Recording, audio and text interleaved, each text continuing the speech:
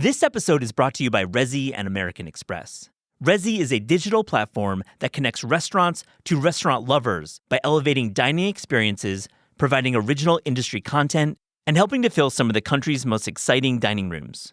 Because restaurants have always been more than just places to eat. The amazing world of restaurants is just a few taps away in the Resy app and at resy.com. Finished training for the day? Time to fight post-workout fatigue with Core Power Protein Shakes. They're packed with 26 grams of high-quality protein to build muscle and electrolytes to help hydrate. The nutrition you need to help your body replenish, rebuild, and repair post-workout so you can power on to the next one. Champion your recovery with Core Power. Visit corepower.com to learn more.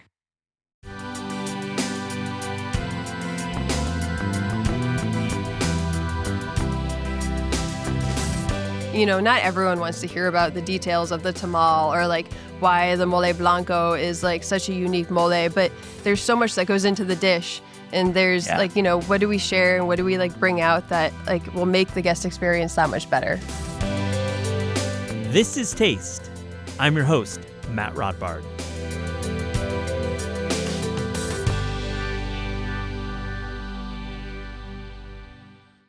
Today, we have a really great episode where we go behind the scenes with two incredible chefs, Sara Kramer and Sara Thompson. Sara Kramer is the co-chef and co-owner of Kismet in Los Angeles, a restaurant that blends Mediterranean and Californian sensibilities flawlessly. Kismet has been a go-to for LA diners for nearly a decade, and we talk about the restaurant's Resy standby status. Sara Thompson is a chef at Casa Playa in Las Vegas, a gem of a coastal Mexican restaurant that really impressed me on a recent visit. We talk about Sara's work at Kismet in New York that eventually led her to Las Vegas. What's it like cooking in such a high-octane environment? We find out. I hope you enjoy this episode. Sara Kramer, welcome to This Is Taste. How are you? I'm good. Thanks for having me. Happy to be here. I'm excited to chat with you. You are a Resy standby. Wow.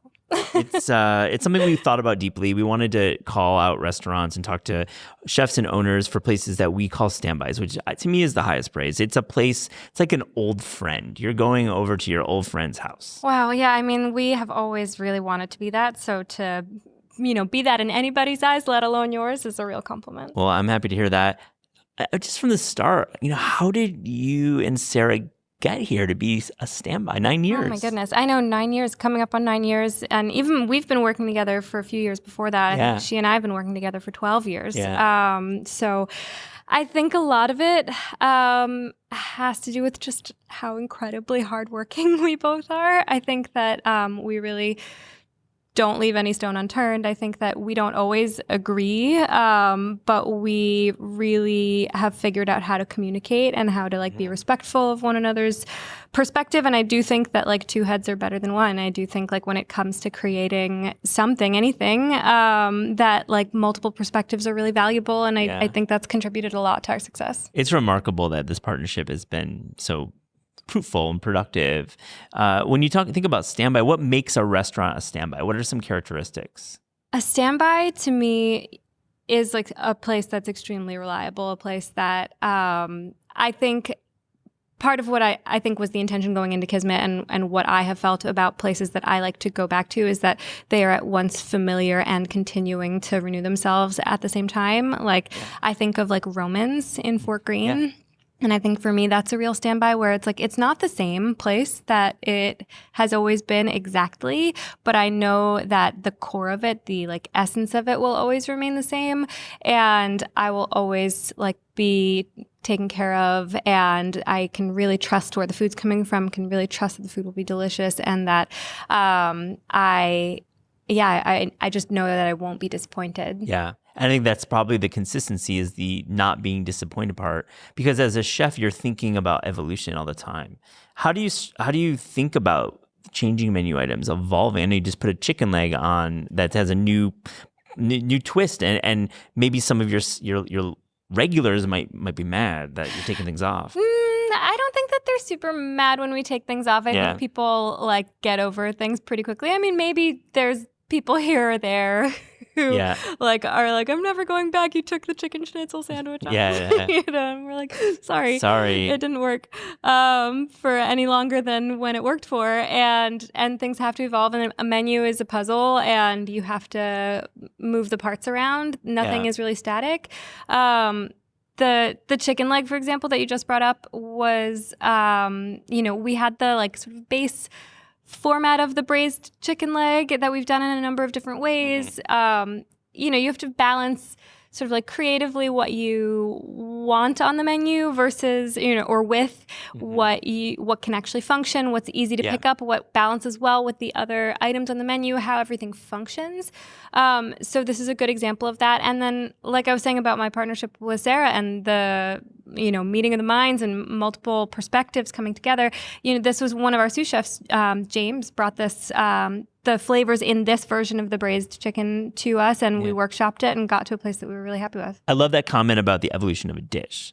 And I think that for us as diners, I personally like to be surprised. I don't want to see the same old, but I think some people do. And I think there are some menu items that are same old that still hit, and you never want to take those off, because people do come back expecting like the things that they do love, and then they're excited to try the things that are new. Tell me about some of those dishes at your restaurant. I mean, the fried cauliflower, it is pretty evergreen as a dish. It's like it never really feels stale, and for some reason also the like flaky like phyllo chicken pies. People really love those. Those two have never gone anywhere. They've been on the menu from day one. Also, our little gem salad, it sounds crazy, but like it is one of the most beloved dishes on the menu. And I think it's just like a really magical combination of the grape leaf white wine vinaigrette with the pistachios and the mint and whatever seasonal vegetable gets rotated in and out. My favorite version is with sugar snap peas, but it's really good with fennel. I think right now we have like yellow wax beans on it too. Do. Yeah, and it's just like, I don't know, it's like my dad's favorite salad. Like if he were to come to town and like not have that salad, he'd be really bummed. I was really excited to have that salad last night when I dined there, and the mint was a really nice twist. It just like came in really unexpectedly, but having that nut element and wonderful produce here, great salad. Yeah, we've got great produce here. We're lucky. Yeah, what are you excited about vegetable-wise? Well, this is like we're entering into the very best, or maybe we're in like sort of peak produce right now. So it's easy to be excited about all of it. But I love pepper season. I love melon season. I truly maybe the most delicious melon I have ever tasted on the planet is a brilliant melon grown by Alex Weiser.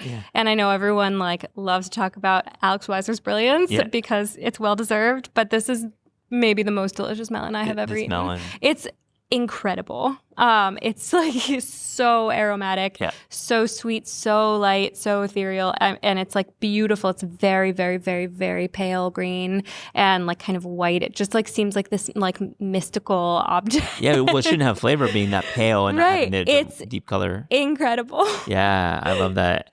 Your stone fruit salad I had last night, that was incredible. Tell me about that, because I feel like I've had quite a few being in town this week. And I bet, because the season. I did, the season is winding down. Yeah, season's winding down, as everyone's saying. This is the last stone fruit we're getting. Everyone says that, which is great. And they like to sell it to you that way. It's a great sales technique. That's how first of the season, last of the season, there's nothing in between. There's never any meat between. You're funny. That's exactly right. I've had plenty of stone fruit this week, but yours was the best by far. I took a Instagram. I was like putting up on. I mean, again, we are just very lucky here. We get really high quality produce. We have, we're also very lucky. We have a really great market manager, this employee of ours, Anna Polachek, who goes and sources things from the farmers directly, and so they like do a lot of tasting and a lot of like procuring, and they're very particular, and that is a real luxury on top of luxury of being in a place like this where there is such fine produce. Yeah. So what's the secret to bringing back, the customers? They're booking Resy every week, every month, for years and years. I mean, I wish that I knew what the secret was.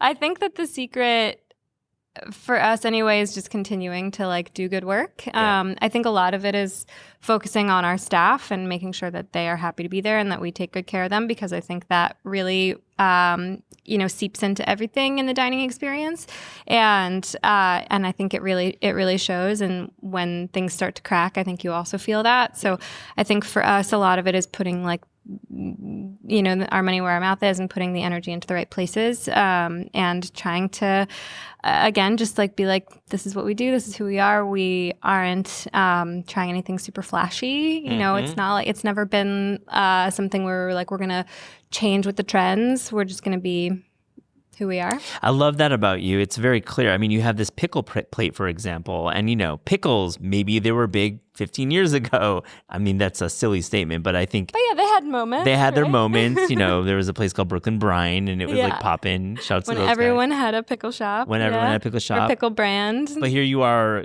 firmly pro pickle. Always. I love Always it. and forever. It's such a detailed fermentation program that you have there. Yeah, and that's very much thanks to Sara Hymanson. She is a fermentation queen. It was amazing. I feel like I had some radish, I had some beans. I mean, what's goes on there right now? Oh, there's so much. I don't even know. It also fluctuates so much depending on what we have. So it'll be a surprise every time you come in. That's what it seems like. The jars are up there. It fluctuates a lot.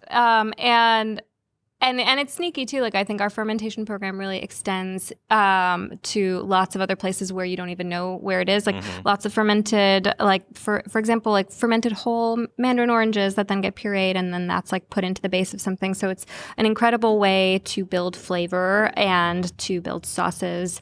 And I think that is also like a real backbone and through line to our food that people don't necessarily know about. It's also like even in our cookbook, for example, we didn't even include those things so much. We might have like mentioned it because it's such a detailed step, and we wanted our cookbook to be approachable. We want real people in their real kitchens to be able to cook from it. And so even like the depth of flavor and the depth of technique in our pantry, in our pockets, are not fully represented even in our cookbook, because it really is just like this sort of like behind the scenes thing that you're like, oh, if you know, you know. It's a little geeky, right? Yeah, when you're talking about lacto fermentation and but I love that for you that you have this program there. Great book, by the way. Oh, thanks. Big fan of it. It's a beautiful book. Oh, I really appreciate that. We put a lot of work into it. You sure did. And we have to talk about your regulars. Being a standby means you have regulars. Who are they? We're in Los Angeles. Please name names. We have to give some celebrity names. This is Los Angeles. I wouldn't ask this for New York probably, but I'm going to ask this for Los Angeles. Wow. I mean, I don't even know. Obviously, it's LA. We've had lots of celebrities over the years. It's the town we're in.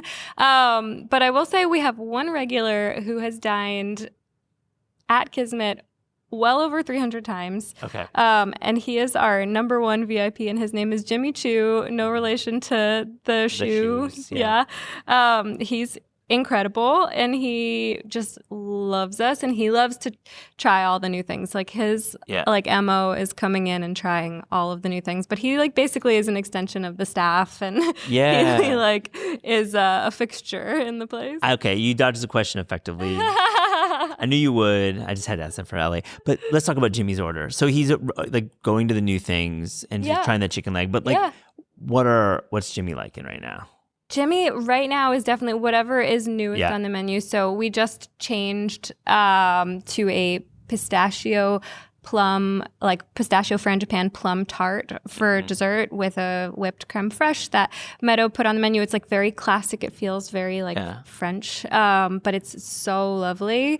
And I know Jimmy's chowing down because he also likes to have a full meal. He likes to get every course. He likes to have his coffee at the end, I love this gentleman. His style is very cool. And so 300 times, does he live in the neighborhood? He does, and he lives actually really far away. Oh my gosh. Yeah, it's like incredible, truly incredible. That's cool. Do you think he has a second restaurant that he goes to? I think I think he does have a few. I think he's got a few in the rotation. I think he's a guy who like eats out pretty much every day. He's like a Resy super user. Big time. Super into that. Yeah, I know. Resy should contact him. Yeah, I really like to hear about diners who do that, because I think I talk to a lot of chefs about struggles in the restaurants, and it's like, how do you support restaurants? Well, you dine a lot. Yeah. You go a lot. Oh, big time. Yeah.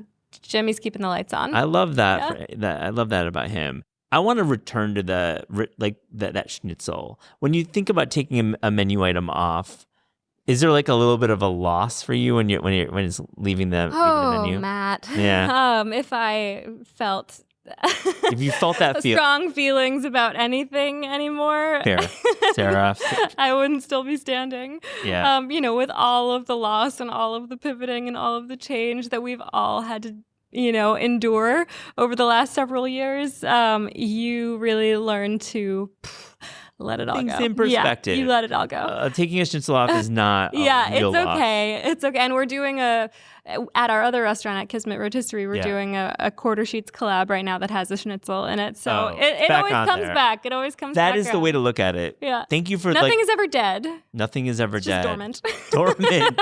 It's like put on ice. It's in drafts mode. Yeah. It's back to drafts mode for that one. I respect you for saying that because it is a silly question and you kind of like brought it real and I like that. It's a fair question. I mean, like Silly. I definitely struggle with change sometimes, but I think more often I embrace it. Yeah.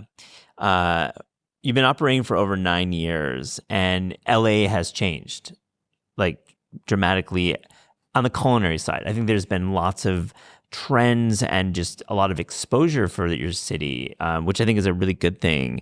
How have you evolved as a chef and operator over the last 9 years? I would say that I have evolved a lot as an operator. I've put a lot of energy into that side. I mean, we also took over the full operations of our businesses 4.5 years ago. So I've spent a lot of my time shifting gears into that sphere, which has been extremely insightful and I think extremely important. And I wish that it was easier to learn operations without having to be so in it. Yeah. But it's a thing that I think you can really only learn once you're doing it or have like a great mentor, which if anybody's out there and wants to mentor me, Are you still looking? I'd gladly take a mentor. Yeah. It's just one of those things that I never really had, and I feel like I've had to like learn it all by trial by fire. But I would say that LA has taught me a lot. It's a really specific, weird, vibrant, exciting, heartbreaking town for so many people. And I think that like it's been really interesting to see it change and for us to change alongside it. And obviously the last however many years have been really unprecedented, no matter what. And I think more than anything, I'm just like crossing my fingers for the restaurant industry out here. I think it's a scary time. And I just really want all of us to recognize the value of independent restaurants and to really get out there and support them. Please, I love that. Second that, for those who don't live here in Los Angeles listening, you got to visit. LA is open for business. There's been big time. A lot of difficult situations here, and many have been affected. Of course, we were saying the fires, and we're talking about recent ice raids, and that really does affect the city. And I'm just going to say, that said, it's open for business, and it's a wonderful place to visit. I love visiting Los Angeles. LA is great. It's really such a vibrant, amazing, resilient place. And if anything would prove that, it would be the response, especially from the restaurant industry, but across the board, after all of these massive, unprecedented moments like the fires and like the raids, and LA just always rallies. It's an amazing place. The restaurant is turning 10 soon. Not that soon. Like next year? It'll be in a year. We're about to turn 9. You're about to turn 9. So we'll say it's a year from now. But that's a big number. It is a big number. Have you thought about how you're going to celebrate? We honestly haven't even gotten there yet. Yeah. I think like once we're past the new year, we'll really, I think, put a lot of thought into it. But I think right now, we've also been on growth mode for the past few years. We're taking like a pause on that for the time being and really just focusing on tightening our operations and like making it a more like joyful place to work and a more joyful place to frequent, because that's what it feels like we all want right now and what we all need. Really trying to like tighten our core team, which is feeling really rewarding. Great. But yeah, I think 10, we're going to have to do something. It's going to be something. There's going to be many celebrations. I've got to definitely. To get to 10 for a restaurant is incredible. It does feel really exciting. And it feels like pretty, obviously very validating because, you know, it's unlikely, you know, it's like, it's a thing that doesn't happen that much. No. So we are eternally grateful and, you know, so like have nothing but love for our city and our supporters. I have to ask then the next 10 years for the restaurant. What are you looking at? Who could say? Who could say? Who could even say? I mean, I think What's on the vision board? We love doing chef collabs. Yeah. We love bringing other people in. I think it's great for the team. Like it's great for, I think, again, like just saying about how we're really trying to focus and work on our core team. Yeah. I think that like bringing in outside events is really, you know, invigorating in that way. And I think like really sort of invests in our team and our space. I think we did just do like a sort of like mini renovation inside, which was like subtle. Yeah. We've like added some mirrors and some cushions and some like nice like vases and beautiful flowers, and you know, we're continuing to try to, I think, evolve in these subtle ways, in ways that you're like, oh, I didn't know Kismet just got nicer somehow. So we're trying to continue to focus on that. And I think we'll probably bring back Kismet Steakhouse, which was really fun. That's like a rotating pop-up kind of? It was like, our own pop-up in our space that we did last year for 2 months. And I do think we're going to bring that back. And who knows if it'll be an annual thing, but stay tuned. It'll definitely come back. And it was, just a really fun thing. Again, like keeping things fresh. I think that the more we can continue to do that, both like play within the Kismet concept and then in these like, you know, side concepts, I think the more we can do that, the better. You just got to keep it interesting. Yeah. And I think it's just good for morale. It's good for community. And that's what we're in it for, right? That's why we do it. Well, that's why you're a standby, because you have community supporting you and lots of fans. Very grateful. I'm one of them. Sara, thank you so much for joining This Is Taste. Thank you for having me. We talk about health a lot on the show. You know, protein maxing is all the rage. We're on the NA beer train, of course. And probiotic sodas, some call those millennial Metamucil. But I want to talk about skin health for a second. Everybody should be thinking about skin health. It's important, and I look to OneSkin, the world's first skin longevity company, for a little help. Now, I've used OneSkin's OS1 hydrating sunscreen for walking around New York City in the blazing sun. I wish I had OneSkin while traveling through sun-soaked Bologna on an epic gelato crawl. And for the record, you cannot miss Santo Stefano and Cavour. Those are my gelato picks. By focusing on the cellular aspects of aging, OneSkin keeps your skin looking and acting younger for longer. For a limited time, you can try OneSkin with 15% off using promo code TASTEPOD at oneskin.co. That's 15% off using code TASTEPOD. Today's episode of This Is Taste is brought to you by Grow Therapy. Have you ever tried to Google therapist near me and ended up more anxious than when you started? Yeah, same. For real, I once spent 2 hours scrolling potential therapists. I started checking their LinkedIns. I started checking their Instagram profiles, all that background information. And you know what? I did not end up with a therapist at the end of this deep dive. I knew too much.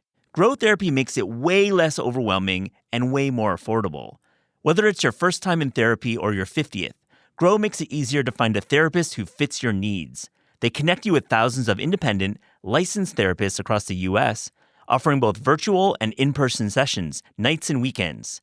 It's that easy. And you can search by what matters, like insurance, specialty, or availability, and get started in as little as 2 days. And if something comes up, you can cancel up to 24 hours in advance at no cost. There are no subscriptions, no long-term commitments. You just pay per session. Grow helps you find therapy on your own time. Whatever challenges you're facing, Grow Therapy is here to help. Sessions average about $21 with insurance, and some pay as little as $0, depending on their plan. Visit growtherapy.com/taste today to get started. That's growtherapy.com/taste. Availability and coverage vary by state and insurance plan. Sarah Thompson, welcome. This is Taste. How are you? I'm great. Thank you for having me. I'm really excited to have this conversation. I was in Las Vegas for, I think, a trade show, and someone from your PR team was really cool and reached out to me knowing I was there and like, you got to try Casa Playa. Now, it's in the Wynn, and I personally tend to go off strip when I'm there. I'm going to like Shang Noodles. I'm going out to Winky. And love the restaurants and the casinos. There's many good ones, but I'm always a little skeptical. I had no idea who you were, but I was like, sure, we have the open night. It was a very generous invite.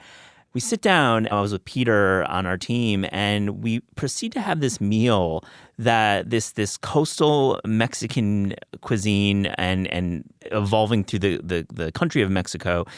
It was fine dining in every respects. And that's I'm trying to give you the biggest compliment because I think it can be challenging in that setting to do real fine dining. Delicious cuisine. Thank you. I was so impressed and I met you and I was just like really interested in your story and just exceptional cooking. Thank you. I mean, Casa Playa is my baby. Yeah. And it's been really fun to develop and, bring it to light in what it is. And also in a casino, like we're doing on weekends, 500-600 covers and being able to give that experience to so many people. It's really magical, honestly. Yeah. In your words, just describe the restaurant. I kind of paraphrased it clumsily a bit, but I did a bit of research soon after the meal. I was like, who is the chef? I'm like amazed. And I'm like, oh, yeah, Cosime. Oh, yeah, working under Wiley and Andrew Carmelini. I mean, it makes sense. Yeah, I mean, so Casa Playa is a coastal Mexican restaurant. Yeah. It's at the Encore in Las Vegas, and there's a huge focus on mariscos, ceviches, seafood, and even though it's seafood focused, I try to source as many things, like especially vegetables and stuff as locally as possible, as much as you can in like a landlocked desert. Yeah. So it's a very ingredient driven restaurant in a way that you don't often see in Vegas. And it's really unique and really fun. And we're showcasing really bright and vibrant Mexican flavors. I think when you enter the restaurant and you sit down and you have all of these mariscos presented, it feels like an omakase almost. The way the fish cutting is done and the presentation and the thought and detail and the sauces and the acidity balance. And I think it's interesting. I saw you mention, your name was on the semifinalist for beards. I'm like, oh, interesting. And then you make the finals. I'm like, that makes sense. Those voters out there in the West know what's going on. What was that like to be a finalist for the beards? It was incredible. It's something that as a young chef, like you always aspire to. Like the James Beard Awards are, I feel like the pinnacle of like, at least in the US, it's like one of the biggest achievements you can get as a chef. Yeah. And being on that list and being in the room with all of those talented, like the most talented chefs in the US was an insane experience. It was I don't want to think it's a once in a lifetime experience. No, it's not for you. But it was really cool and really inspiring. And just to be able to all of this hard work, all of these things that we're pushing for, opening a restaurant like Casa Playa at a place like the Wynn, there's like a lot of push and pull because the casinos and like the people expect it to be a certain thing. Like if you look at a lot of Mexican restaurants on the Strip in Las Vegas, they have a lot of things that are repetitive or things to draw people in, where I really wanted to do something unique. And it took us a few years to get that momentum and get the menu where it is now. But now that we are and people are recognizing it for what it is, it feels like all of that hard work and all of that momentum is really paying off. Well, let's go back a bit in your career. 10 years you worked in New York City under Carmelini, Wiley Dufresne. You worked at Maria, and then you worked under Enrique Alvara and Daniela Soto Inez at Cosme. I mean, when you were building your career and going to all these places, what was your ambition? Because you're such a New York chef. Yeah. I mean, I was always drawn to New York. Growing up, I knew I always wanted to be a chef. Like since I was in high school, that was the only career path Amazing. that Where'd you grow up? wanted. In the suburbs of Boston and Massachusetts. Cool. Yeah. Yeah. And I loved it. And I went to culinary school, and out of culinary school, the only place for me was going to be New York. And I didn't know where I wanted to work. So I was like, should I work at Gramercy Tavern? Should I work at Maria? Should I work here? And I got a job at Maria, and I was just a line cook. And I learned so much at that job. Like I learned how to be a line cook, which is important. While I was there, they earned 2 Michelin stars, which was really cool to be a part of. And then that momentum kept going. Like I met one of my sous chefs, worked at WD-50, introduced me to Wiley, and like he was opening Alder. So I started working there and learned about creativity. Like Wiley pushes us to be creative. Yeah. It's like beyond comfort, and it has helped so much. Like I reflect on my time there, and like it builds confidence, it builds your palate, and it pushes you to do things in ways that are unexpected, and it's really fun. I love you bring up Alder. I was a fan of the restaurant. It was only around for 3 years. It was in the East Village, a little bit of a tough location. But they were, you were pushing, Wiley's WD-50 follow-up, and you're pushing this, like, the same standards but more casual. Yeah. Tell me a little bit about the time cooking at Alder. Cooking at Alder, I really enjoyed, and I learned a lot. It was my first sous chef position, and he is a great person to learn from. Mm-hmm. He is someone that's going to be back there with you cooking. He's going to show you why we do things a certain way. And he also worked in Vegas for a little bit too, so he comes and visits, which is fun. But it was a huge growing experience. And like I said, it's such a creative work environment, and you're working with ingredients that I don't necessarily work with anymore because they're a little bit more molecular for the style that we do. Mm-hmm. But just like having that base, having that knowledge of how to manipulate and how to work with different ingredients has been incredibly valuable, because you look at an ingredient and you can think of, different ways to cut it, different ways to cook it. And then because of my experience there's like another 15 things that you want to do with it, because that's how he teaches you to think. Yeah. And it's really cool. I love hearing that about Wiley, and he's been on the show a couple times and one of the finest mentors in the game. Yes. That's why everyone is such a fan of him in the industry. So you enter the world of Enrique Alvara. You join Casa the month 3, and I think I had Enrique on a couple months ago, and it wasn't a sure thing, particularly that location. I mean, it's not like 10 years ago. It's not Flatiron is not really the restaurant neighborhood. What's it like in the early days and learning this style of Mexican cooking there? I came into Kismet knowing nothing about Mexican food. I didn't know how to make tortillas. I couldn't tell you what a guajillo chili was. Yeah. I didn't know different types of beans, and I didn't know anything. And it was really cool coming into Kismet, and I was like, I know so much. I went to culinary school. I worked at all these nice restaurants. And then I go there and I'm like, wow, I have no idea how to make these flavors. I have no idea how to put any of this together. So for years, I would go into work and just learn and learn and learn. And it is so, like, learning is so rewarding. And, like, it's not like every day you come in and you're like, I'm going to learn X, Y, and Z. Like, sometimes you just go in and you grind, right?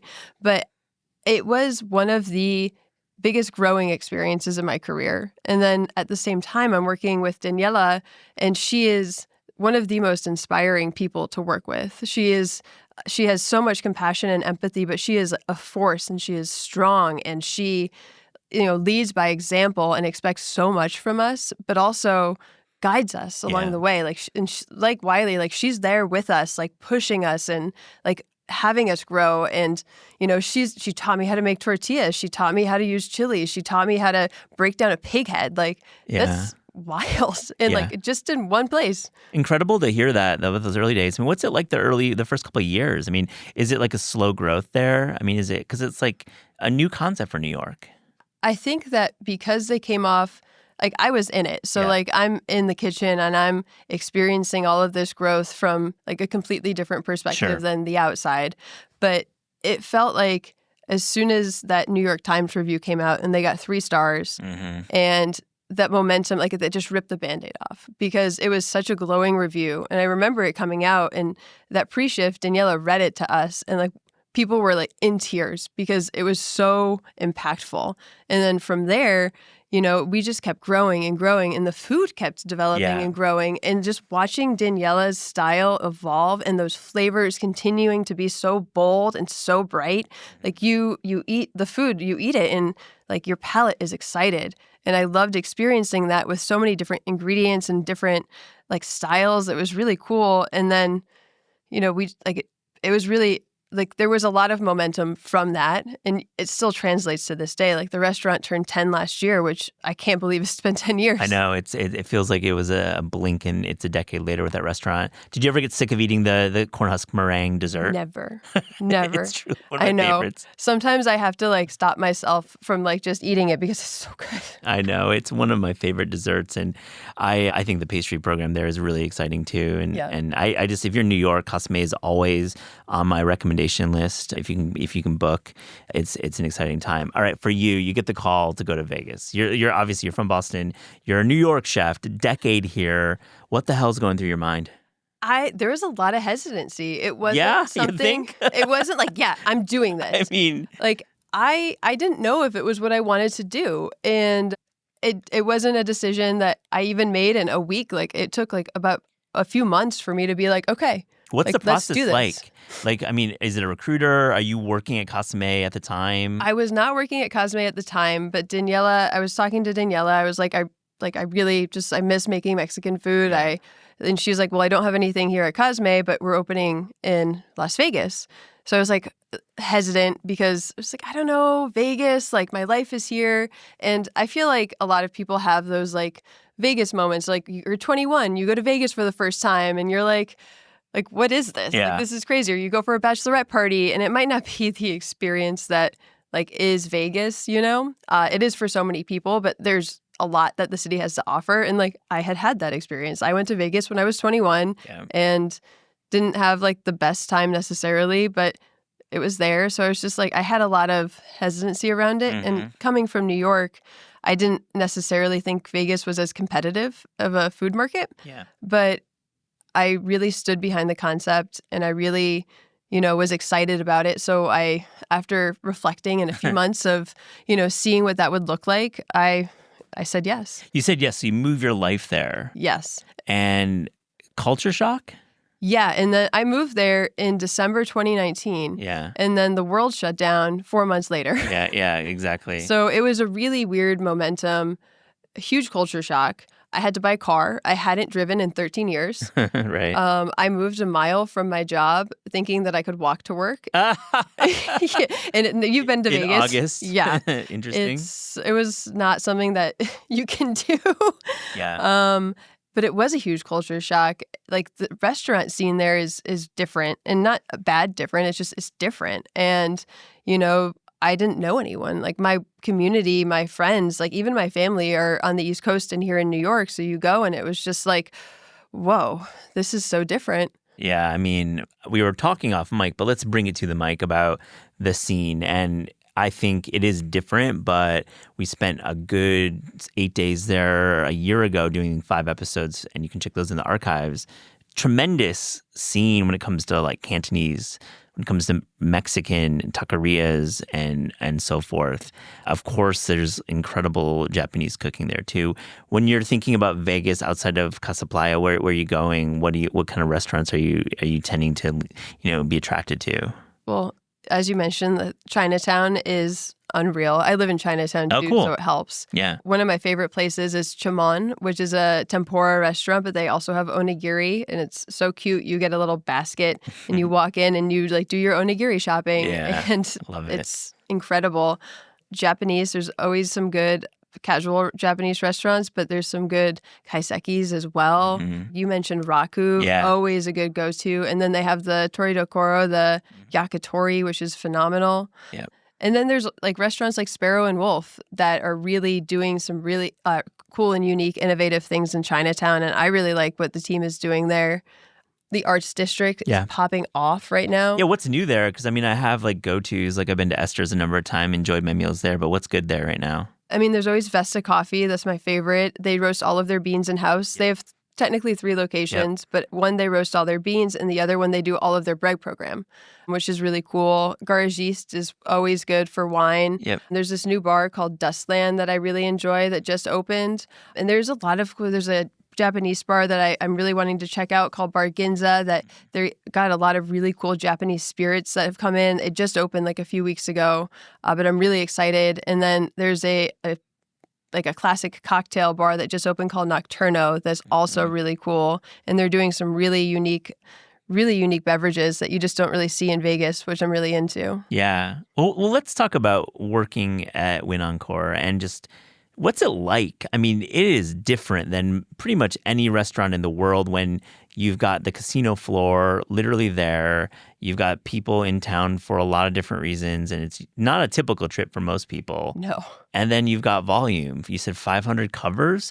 And as I said at the jump, it's really, really fine dining here. I mean, I don't know if that makes you feel something different, that term, but I mean it that this is not the style of cooking that you would assume is being done at 500 covered volumes. It is a really unique experience, especially coming from what feel like small restaurants here. Now, like Alder was a small restaurant. Kismet felt like a little bit bigger, but we're in a huge casino, like a publicly traded company. And like at Casa Playa, there's about 100 employees, which is huge. And we're just open for dinner 7 days a week, but we're in a casino. So we like the resources of the casino are at our fingertips, which is really cool. Like we do all of our pastries in-house, but there's a huge pastry department. There's a huge like butcher shop that does all of the butchering. There's a Danish shop that just makes Danishes, a bread shop. And then like, you know, if something breaks, the engineers can come and fix it. Like the resources at our fingertips were one of the hardest things to get used to, and they're all here to benefit us. But working in a casino is just so different. You know, they expect so much, but they give you a lot of tools to be successful. Like we're not doing 500 covers and like struggling with our like how many people are there. Like there's an army of people making this food, and like we have the resources and we have the tools to produce all of this, which is really cool because I feel like sometimes you look at restaurants that are smaller, like even I've worked in restaurants where it just, you know, it feels like it's really tight or it's like really hard to get there. And it's hard because we want to push our boundaries and we want to make sure everyone's having a really unique experience and have the quality of the food that we know we can produce, but we have the tools to do it. I hear that, and it's very unique, and it's special as a chef to have healthy budgets and healthy physical plan and all that stuff that a lot of chefs struggle with. But you also have your challenges with the guests because everyone's distracted. Yep. Like, I mean, even if you're like the most hardcore fan of restaurants, you still have to walk through that casino floor.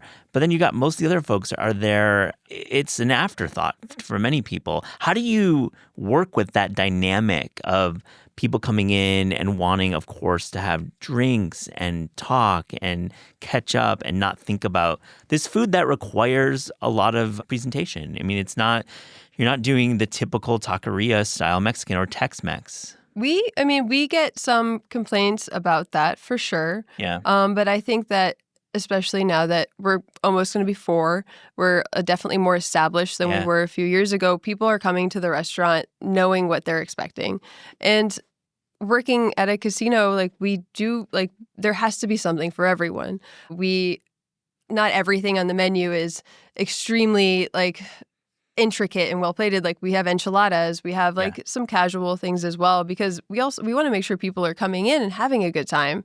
And I understand that, you know, sometimes people don't want that experience, and I personally can't relate to that. That's not what I want. But we don't want people to come in and feel discouraged or feel like they don't belong because it is too much in a certain direction. I mean, you get the term Mexican cuisine or Mexican food, and your guests have one thing in mind, and your menu is possibly something different. So you have to have the enchiladas, and they're great. I think I had them actually, and I mean, for real, like I think I wanted to try a few things that were more of the classic style. I think I remember that, and I was like, so odd. I was like, he's also going to get this fish. Yeah, no, the fish cutting and just the fish presentation. Tell us a little bit about the menu items, what you're doing right now. Just we haven't really talked about details, but I want to hear some of the dishes that really feel iconic for you right now. One of the dishes that is a dish I'm super proud of, and I don't think will ever come off our menu, is our tamal.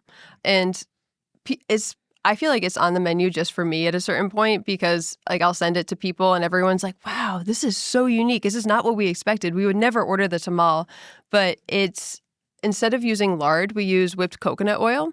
So the base of the tamal is actually all vegan. Yeah. And then we have a huge heirloom masa program. We nixtamalize all of our corn in-house. And because we're doing such volume, we're going through sometimes 100 kilos of masa a day. Wow. Like if we're like going into like a really busy service, which is wild. Like I see the numbers and I'm like, wow, this is a lot of corn. Yeah, Like how are we doing this?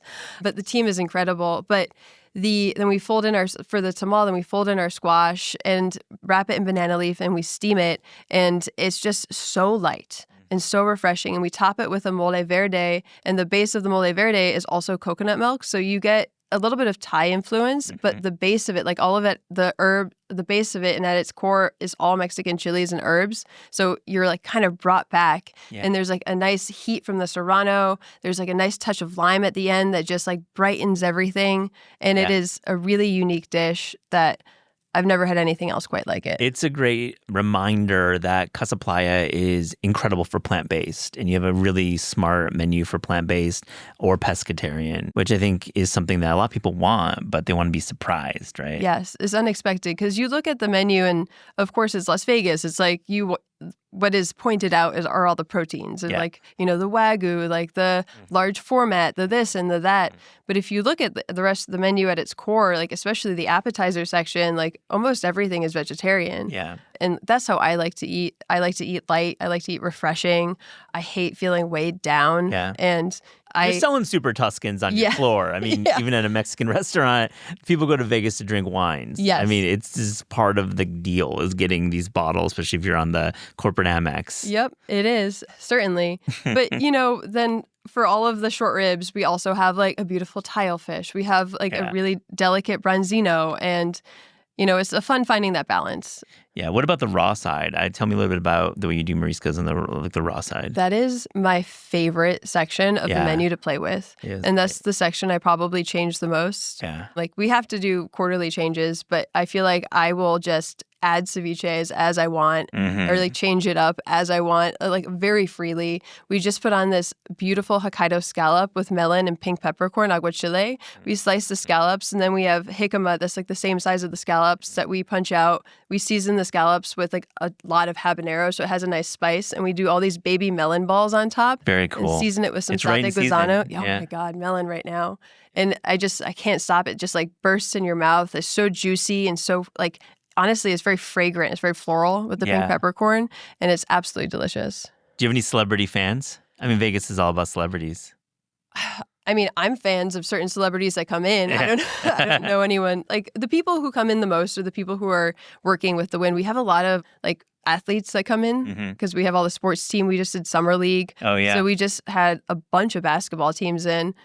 I don't really follow sports, but people were really excited. Yeah. I mean, I would think for an athlete, when you're in Vegas, especially if you're doing summer league and you're, you know, working and have games, this is great food for that. Yeah. I'm actually blown away by how much the athletes eat. Like, it's not surprising, but we'll have large format entrees that are designed for 4 people and they'll order one for themselves. And I'm like, that's like 3.5 pounds of meat. And they're like, yeah, they ate the whole thing. And I was like, that's so cool. Yeah, I mean, we're in the protein era. Yeah. You got to get those macros going. I mean, that you're not a sports fan, but it must be fun to be like on a stage, because like when you're in Las Vegas, you're on a stage. I mean, and you're out in the dining room, which I love, like, you know, touching tables and chatting with the guests, and you're great with that, and that must be kind of fun. It is fun. It's fun, and it's fun just to be out there. One of the reasons why I got into food to begin with was I loved seeing people's faces light up when you make something for them and it's delicious. Like I love that sparkle in their eye, like the smile and like the you know, the nod, like that's good. So I like going out and like seeing that and being able to share it. And also, you know, not everyone wants to hear about the details of the tamal or like why the mole blanco is like such a unique mole. But, you know, you can appreciate what we're doing. You can appreciate like the truffle or the like mushroom that we're getting locally. And you can pick and choose like the bits of information that, you know, there's so much that goes into the dish. And there's like, you know, what do we share and what do we like bring out that like will make the guest experience that much better? I mean, going back to even a decade ago, have you noticed any changes in diners kind of understanding cuisine and maybe it's food television? It's gotten so good now with between competition and documentary and just like food media and all the writing is that we do here at Taste is as good as ever. The quality of it. Do you feel diners actually care about the nixtamalization? I think that Vegas gets a solid 50-50. Got it. I think that there are the people that are, like you mentioned, like they're in Vegas because there's a convention and it's at the Wynn and this is just the restaurant that they're going to and they don't think about it at all.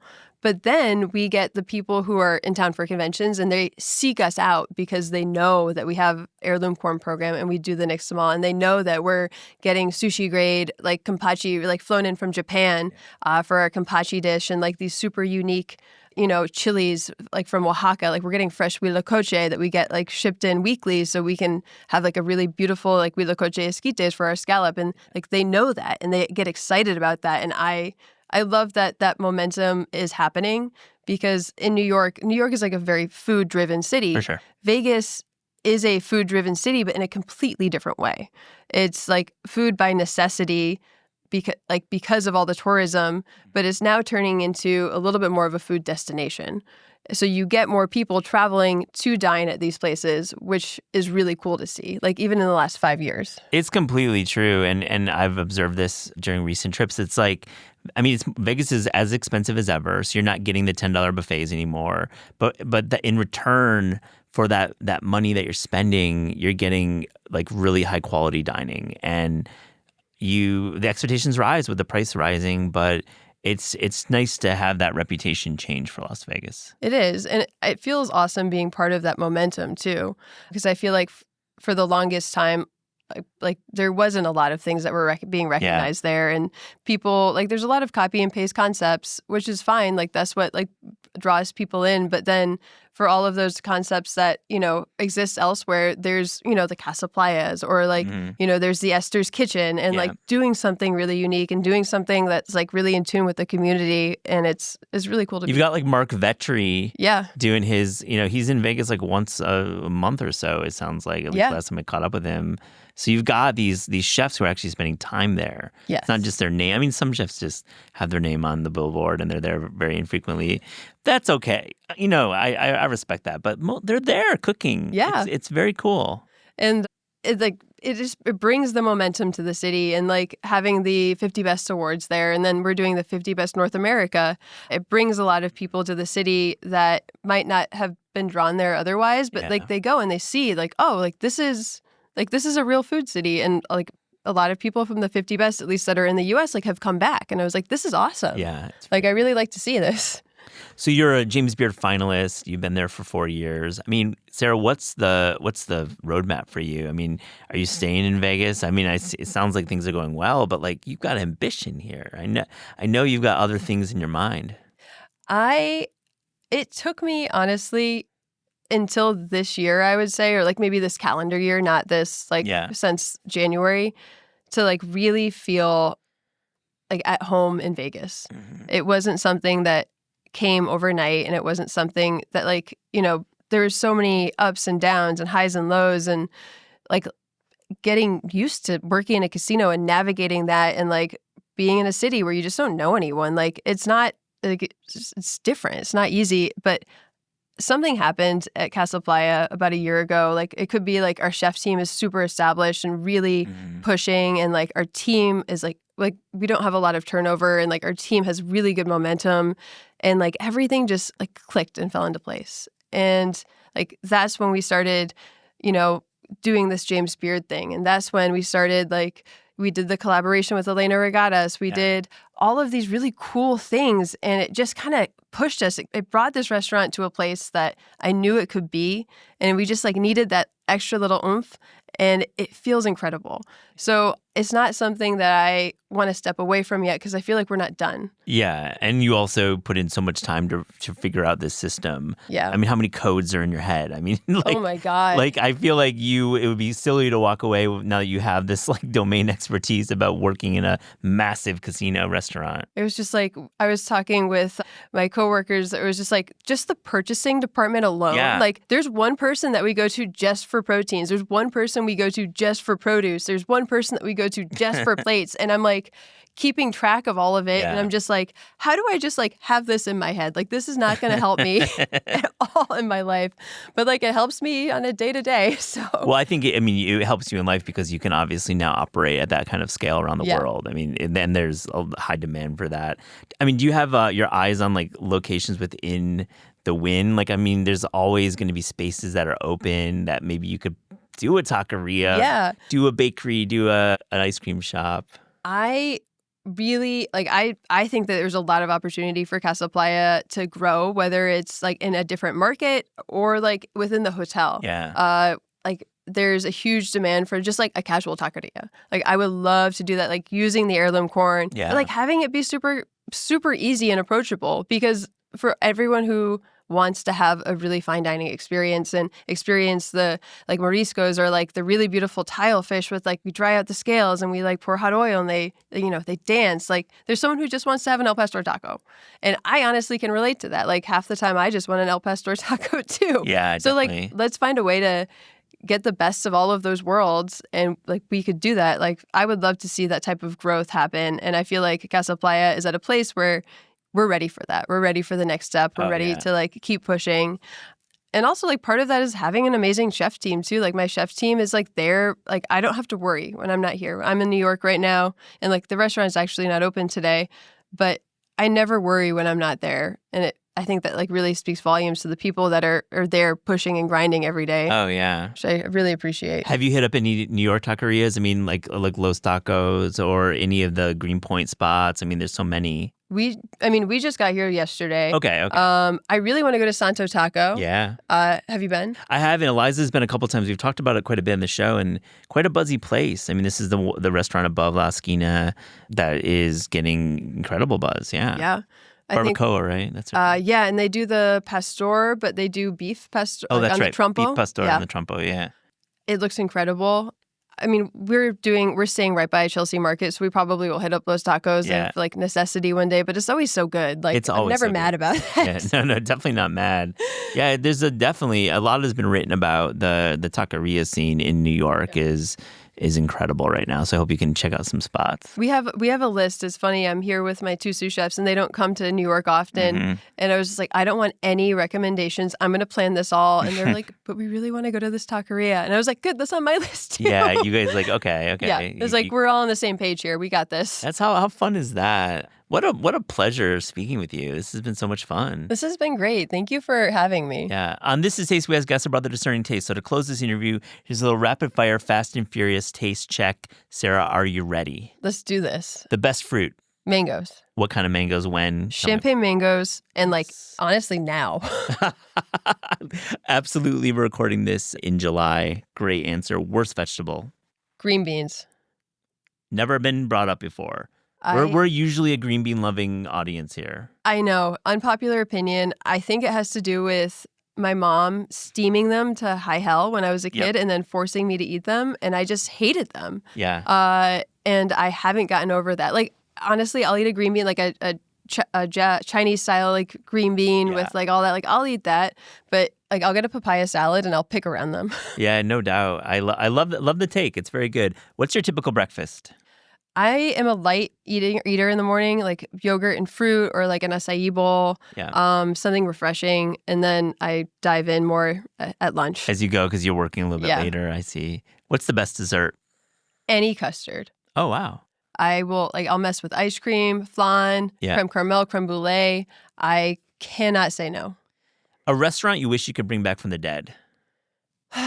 That's tough. I feel like I don't know if there's a restaurant I necessarily know I want to bring back from the dead. Like maybe Alder, to be honest, because it was so great. I guess Alder. I like that. When you're craving fast food, where are you going? In-N-Out. Nice, very quick answer.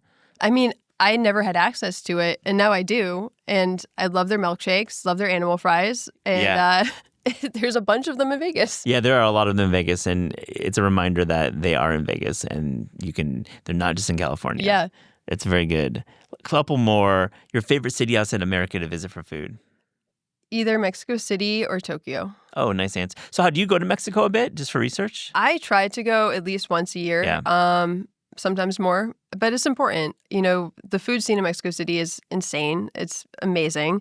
But I also like, experiencing Mexican food in different regions and trying new things because it's inspiring. Love that. Last one, your favorite sandwich?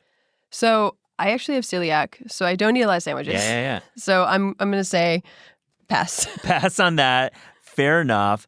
If you could deconstruct a sandwich without the gluten side of it, but just the flavor profiles, taking the bread out of it, I'm gonna offer you that alternative. So if I could deconstruct a sandwich, I would say a Reuben. Like I would just want to eat all of that pastrami, the sauerkraut. Like I can't get enough. I love that.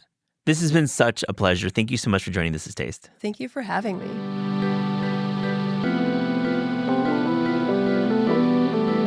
This Is Taste is hosted and produced by Eliza Barbanel and me, Matt Rodbard. The show is edited by lead producer Clayton Gumbert and supervised by Pat Stango, Director of Media Production and Development at Penguin Random House. Thanks to Shalia Harris and the production team at Penguin Random House. Theme music by Steve Rydell. Logo and guest illustrations by Ellie Skurzat. Visit Taste online at tastecooking.com and make sure to subscribe to our newsletter to keep updated on all cool things in the world of taste.